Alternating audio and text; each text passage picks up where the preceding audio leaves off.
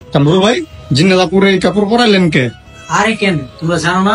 সন্তান হবার আগে টিকটক, পৃথিবী বলতে বাবা আমি তোমাকে বুঝি, সন্তান হয়ে যাওয়ার পরেও টিকটক,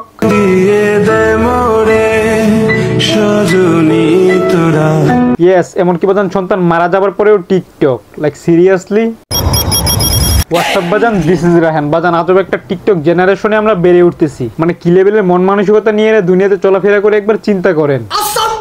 আগে তো কাপল ব্লগিং করতে শুধু বউ দিয়ে ব্যবসা করে, কিন্তু এখন সাথে বাচ্চাও অ্যাড হয়েছে। আলহামদুলিল্লাহ আজকে আমার মেয়ে 7 দিন পরে হলো।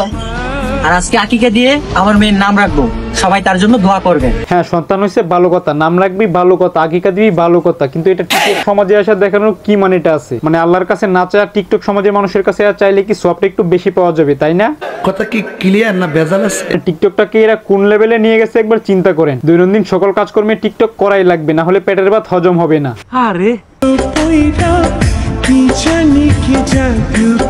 বাচ্চা পেটে থাকতেও টিকটক, বাচ্চা হওয়ার পরেও টিকটক। মানে বাজান এ যদি পারতো তাহলে আমার মনে হয় অপারেশন থিয়েটারের ভিতরে গিয়েও টিকটক করতো। আজকে 3 দিন ধরে বৃষ্টি হচ্ছে, আর ওইদিকে আমার আম্মুটা একা একা কবরে শুয়ে ভিজতেছে। আরে বাজান বাড়িতে একজনের কিছু হলে তো বাড়িতে 3 দিন ধরে সুখী কাটে না, আর এরা 3 দিন পরেই টিকটকে এসে টিকটক করতেছে আবেগ নিয়ে, মানুষের ভিউ কামানোর জন্য। বলেন কি লেভেলের নিচু মন মানসিকতা নিয়ে এরা দুনিয়াতে বাস করতেছে একবার চিন্তা করেন।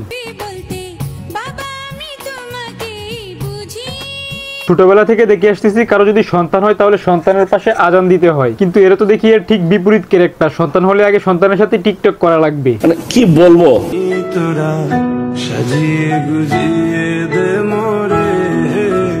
এর ভিডিওটা একটু খেয়াল করুন, সামনে থেকে একটা শুট নিয়েছে, আবার পাশে সরে গিয়ে একটা স্লো মোশনে শুট নিয়েছে। এ কাকে নিয়ে কোথায় যাচ্ছে সেদিকে তার কোনো খেয়ালই নাই। মেন ফোকাস হচ্ছে মোবাইলের ক্যামেরা অ্যাঙ্গেল ঠিক রাখতে হবে। আরে এরা কারা? সিরাম ব্যবহার করতেছি, এই যে এই লাক্সারি সিরামটা ব্যবহার করলে স্কিন গ্লাসি হয়, অনেক ফর্সা হয়। আর দুনিয়া যদি একদিক দিয়ে উল্টেও যায় তারপরে এদের টিকটক করা আর ভিডিওতে এসে কোনো পণ্যের প্রমোশন করা থামবে না। বাজার নিজেকে আর আমার কিছু বলার নাই। ছোটবেলা থেকে একটা প্রবাদ বাক্য শুনতেছি, কামারের করে নাকি কোরআন পড়লে কোনো লাভ হবে না। এদেরও ঠিক সেম দশা। তুমি ঠিক দাও কেন?